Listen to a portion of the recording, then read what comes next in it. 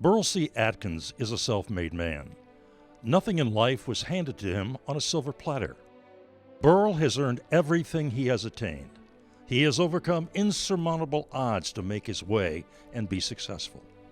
Mr. Atkins' new book, Common Sense Part 2, Restoring Our Manufacturing Sector and Reviving the American Dream, goes into much greater detail than this video regarding America's flawed tax and trade policies.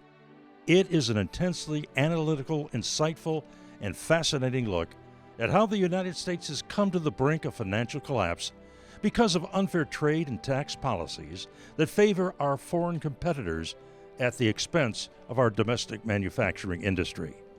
Our trade agreements have resulted in the loss of millions of American jobs and the closing of thousands of U.S. auto plants and automotive suppliers. In the following video, Mr. Atkins addresses the crisis facing America in vivid and disturbing detail. Now a retired Detroit area business owner, Burl Atkins is devoting himself full-time to changing the tax and trade policies that have put our American-based companies at a serious competitive disadvantage with the rest of the world. After listening to Mr. Atkins' thoughtful arguments for a level playing field for American auto manufacturers, I encourage you to join the Common Sense movement for a better America. Visit commonsensepart2.com.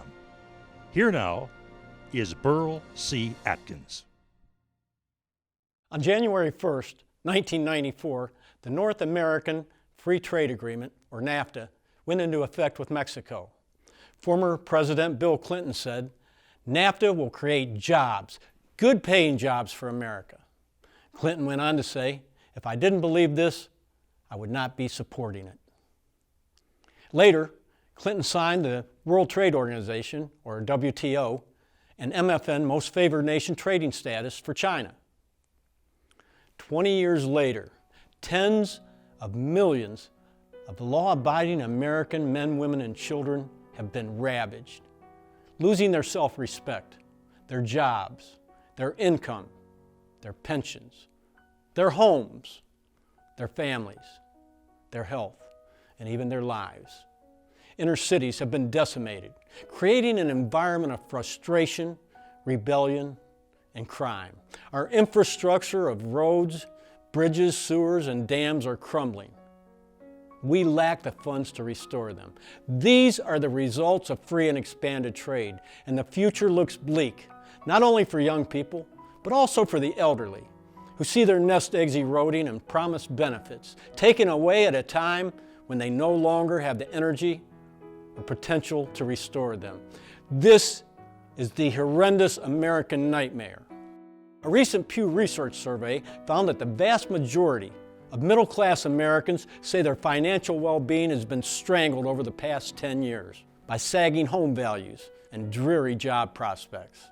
85% of middle-class wage earners say it's tougher now than a decade ago to maintain their living standards. The official unemployment rate is more than 5%, but if you look beneath those numbers, it's more than 10% because millions and millions of Americans have thrown in the towel and given up hope and stopped looking for work. It's time that we get to the core of the U.S. tax and trade policies, which have driven the American dream from the grasp of most working Americans. We have the ability to restore that promise if we're willing to take a candid, harsh look at U.S. trade and tax policies that have America on the road to economic financial collapse. 50 million of our fellow citizens live below the poverty line.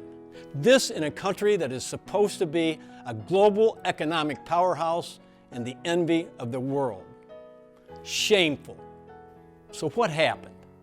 The passage of these outrageously corrupt and unconstitutional trade and tax policies, approved by the Congress of the United States and signed by U.S. presidents, have sent millions of jobs out of the country, closed over 66,000 U.S. factories, and impoverished millions of common Americans and their families. In addition, their faith in the future has been destroyed by what has been done. These one-sided free trade agreements are responsible for trillions of dollars in lost tax revenues. The results are city, county, state, and federal treasuries are facing financial collapse nationwide. The latest proposed treaty added to the free trade world is the Trans-Pacific Partnership, TPP, and the European Free Trade Agreement, which, if passed, will destroy our domestic automotive industry and American manufacturing. Enacted into law, these trade agreements will eliminate America's 2.5% tariff tax on all imported manufactured goods and the 25% tariff taxes on imported trucks. The beneficiaries will not be the U.S. They will be China, who charged the U.S. a 25% tariff tax on manufactured goods. Germany, 29% tariff taxes and duties. South Korea, 24%, and Mexico, 16%. We, the American people, demand the immediate repeal of these outrageously corrupt and unconstitutional trade treaties and return to the principles set forth in the United States Constitution. Mr. Clinton, take down the pens you have so prominently displayed at your library in Little Rock, Arkansas. These are the symbols of millions of impoverished Americans and the decline of America's economic power. Mr. Clinton, when you signed NAFTA in '94, you promised more good-paying jobs for American workers. It never happened. You gave us the American nightmare instead of the American dream. The 10 years before you signed NAFTA, our trade deficit with Mexico totaled $12 billion. The last 10 years, 2005 through 2014, it exploded to over $600 billion. Make no mistake, we're mad as hell. We, the American people, will not give up. We will never surrender despite the obstacles that confront us, and we will never back down. The English philosopher writer Edmund Burke wrote, "The only thing necessary for the triumph of evil is for good men to do nothing." We must take action now to restore the America that our founding fathers envisioned. An America where our immigrant forefathers sacrificed everything, endured immeasurable hardships to cross the ocean in search of a better, more prosperous life for themselves and future generations. If we do nothing, we run the inevitable risk of destroying our nation by enslaving the American people with debt from which they will never recover. Is this the America we want to leave for future generations? The duty of the American people is clear. We must band together to correct this monumental injustice. We can restore our manufacturing base, which has been the heart and soul of the American dream since the start of the Industrial Revolution. In short, our mission is to regenerate America, and with your help and support, there's absolutely no reason why this can't be achieved. We have it within our grasp to change the course of history and make America once again the land of opportunity, hope, promise, and the embodiment of the American dream. One measure of the greatness of our nation's people is how they face adversity. Do they run and hide, pretending there's nothing that can be done to change things? Or do we stand tall, proud and unafraid, determined to do whatever is necessary to fight the good fight and right the wrongs that have been inflicted upon us? I say we fight. The American people still possess the same fighting revolutionary spirit that enabled the people of the 13 original colonies to break free from the tyrannical grip of England. Everything begins with an idea.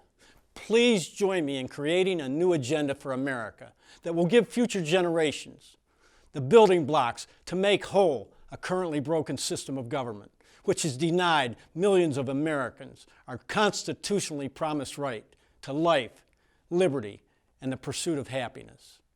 This is a once-in-a-lifetime opportunity to make a real difference.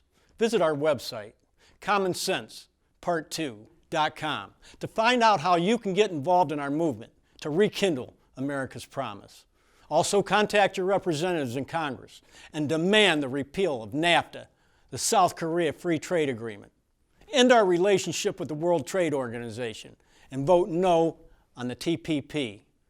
It's time to put aside our petty differences that divide us and focus on the big things that bind us to one another. You may be shocked to know automotive wages for workers in Japan, Germany, and South Korea are higher than in our country. And why not? Our foreign competitors close their markets to U.S. imports, and the American products they do allow into their countries are subject to burdensome tariff taxes and duties. The result is U.S. exports become more expensive, while imports from our foreign competitors become cheaper. We demand our leaders in Washington, D.C. reciprocate by imposing the same tariff taxes and duties on imported products to the U.S. The North American Free Trade Agreement, NAFTA, the WTO, and the South Korea Free Trade Agreement, KORUS, have been a disaster.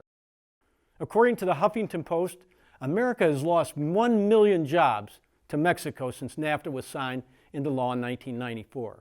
The Economic Policy Institute states that between 2012 and 2014, 60,000 American jobs were lost, instead of the 70,000 American jobs we were told to expect to be created by the South Korea-U.S. Free Trade Agreement.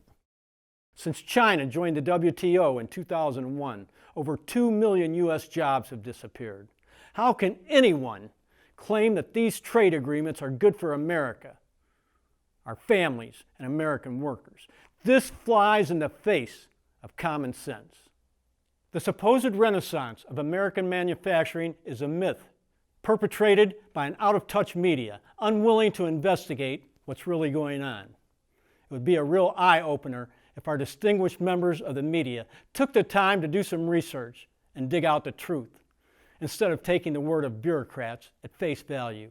Competing in the global marketplace for American manufacturers and workers is like trying to fight with one arm tied behind our collective back. Our manufacturing sector doesn't need special treatment. We demand a level playing field where we can compete fairly and honestly for markets, including right here at home.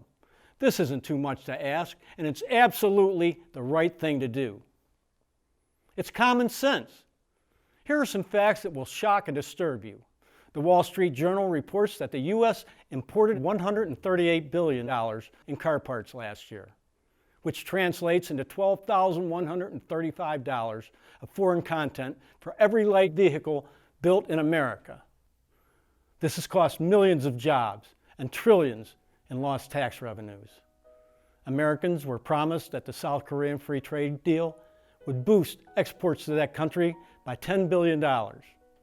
According to Senator Jeff Sessions, a Republican from Alabama, our exports to South Korea increased less than $1 billion. On the other hand, exports from South Korea to the U.S. increased by $12 billion. 11 of American auto manufacturing companies are part of more than $20 billion in investments made or planned in Mexico since 2010. Our trade deficits and tax policies with foreign nations are the major reason why our national debt keeps expanding at an alarming rate, now in excess of $18 trillion and increasing every second. It's hard to get your mind around a number that huge. So let me see if I can give you an example that is easier to understand. If we were to count backwards a trillion seconds ago, the year would be 30,000 BC. A person earning 40,000 a year would have to work 25 million years to have $1 trillion in the bank. And I don't plan on working that long. Now multiply those numbers by 18, and I think you get a pretty clear picture of the mess we're in. And that doesn't count future obligations for Social Security, Medicare, or government pensions. It's all well and good to throw out facts and statistics to support a point of view, but behind all those numbers are real people and real families just struggling to survive. People like one disgruntled unemployed worker who wrote on the internet, quote, "We'd been outsourced, no notice at all, and the day before Thanksgiving to boot. An American corporation putting their own people out of work, sending our work out of the country. My son is on 2 monthly medications that I can't afford without my prescription drug card. I'm ashamed of how our own country is treating its own people." And here's one from an anonymous laid-off mill worker, quote, "I've used up my savings, poor, very depressed. I've thought of suicide twice." I have a message for former President Clinton. Your support and lobbying for the passage of NAFTA with Mexico, WTO, and most favored nation trading status for China is directly responsible for the untold misery, the heartbreak, that has been put upon millions of hardworking American families and workers. It's time to repeal them and reform our tax laws to restore the American dream for our beloved homeland. Let us always remember, we are America, one nation, one idea, and one purpose. We are still a great people. Thank you.